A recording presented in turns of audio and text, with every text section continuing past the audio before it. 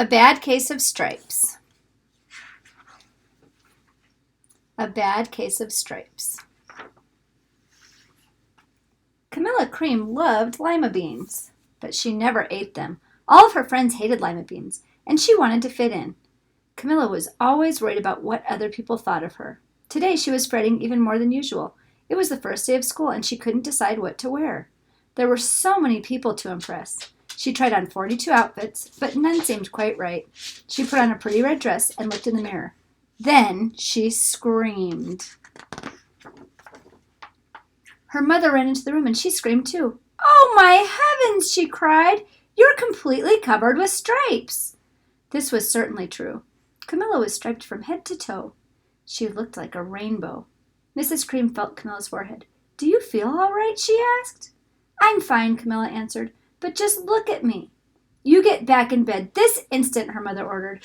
"You're not going to school today." Camilla was relieved. She didn't want to miss the first day of school, but she was afraid what the other kids would say, and she had no idea what to wear with those crazy stripes. That afternoon, Dr. Bumble came to examine Camilla. "Most extraordinary," he exclaimed. "I've never seen anything like it. Are you having any coughing, sneezing, runny nose, aches, pains, chills, hot flashes, dizziness, drowsiness, shortness of breath, or uncontrollable twitching?" "No," Camilla told him. "I feel fine." "Well then," Dr. Bumble said, turning to Mrs. Cream, "I don't see any reason why she shouldn't go to school tomorrow. Here's some ointment that should help clear up those stripes in a few days. If it doesn't, you know where to reach me." And off he went. The next day was a disaster. Everyone at school laughed at Camilla. They called her Camilla Crayon and Night of the Living Lollipop. She tried her best to act as if everything were normal, but when the class said the Pledge of Allegiance, her stripes turned red, white, and blue, and she broke out into stars.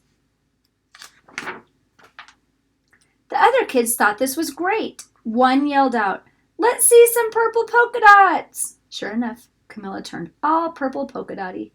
Someone else shouted, "Checkerboard!" and a pattern of squares covered her skin. Soon everyone was calling out different shapes and colors, and poor Camilla was changing faster than you can change channels on a TV. That night, Mr. Harms, the school principal, called. "I'm sorry, Mrs. Cream," he said. "I'm going to have to ask you to keep Camilla home from school. She's just too much of a distraction, and I've been getting calls from the other parents. They're afraid those stripes may be contagious." Camilla was so embarrassed. She couldn't believe that 2 days ago everyone liked her. Now nobody wanted to be in the same room with her. Her father tried to make her feel better. "Is there anything I can get you, sweetheart?" he asked. "No, thank you," sighed Camilla.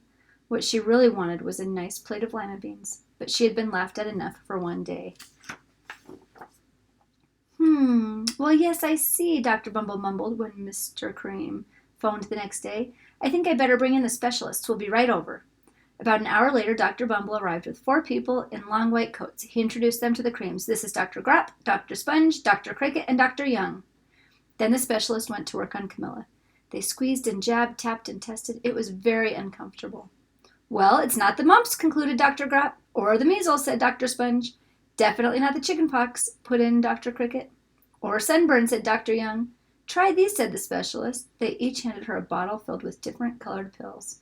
"Take one of each before bed," said Dr. Gropp. Then they filed out the front door, followed by Dr. Bumble. That night, Camilla took her medicine. It was awful. When she woke up the next morning, she did feel different. But when she got dressed, her clothes didn't fit right. She looked in the mirror, and there, staring back at her, was a giant, multicolored pill with her face on it. Dr. Bumble rushed over as soon as Mrs. Cream called. But this time, instead of the specialist, he brought the experts. Dr. Gord and Mr. Mellon were the finest scientific minds in the land. Once again, Camilla was poked and prodded, looked at and listened to. The experts wrote down lots of numbers. Then they huddled together and whispered. Dr. Gord finally spoke. "It might be a virus," he announced with authority. Suddenly, fuzzy little virus balls appeared all over Camilla. "Or possibly some form of bacteria," said Mr. Mellon. Out popped squiggly little bacteria tails. "Or it could be a fungus," added Dr. Gord. Instantly, Camilla was covered with different colored fungus blotches. The experts looked at Camilla, then at each other. "We need to go over these numbers again, back at the lab," Dr. Gord explained. "We'll call you when we know something." But the experts didn't have a clue, much less a cure.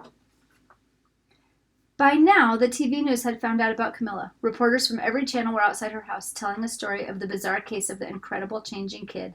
Soon, a huge crowd was camped out on the front lawn. The Creams were swamped with all kinds of remedies from psychologists, allergists, herbalists, nutritionists, psychics, an old medicine man, a guru, and even a veterinarian. Each so-called cure only added to poor Camilla's strange appearance until it was hard to even recognize her. She sprouted roots and berries and crystals and feathers and a long furry tail, but nothing worked. One day, a woman who called herself an environmental therapist claimed she could cure Camilla. "Close your eyes," she said. "Breathe deeply and become one with your room." "I wish you hadn't said that," Camilla groaned. Slowly, she started to melt into the walls of her room. Her bed became her mouth, her nose was a dresser, and 2 paintings were her eyes. The therapist screamed and ran from the house. "What are we going to do?" cried Mrs. Cream. "It just keeps getting worse and worse." She began to sob. At that moment, Mr. Cream heard a quiet little knock at the front door. He opened it, and there stood an old woman who was just as plump and sweet as a strawberry. "Excuse me," she said brightly, "but I think I can help." She went into Camilla's room and looked around. "My goodness," she said with a shake of her head. "What we have here is a bad case of stripes. One of the worst I've ever seen."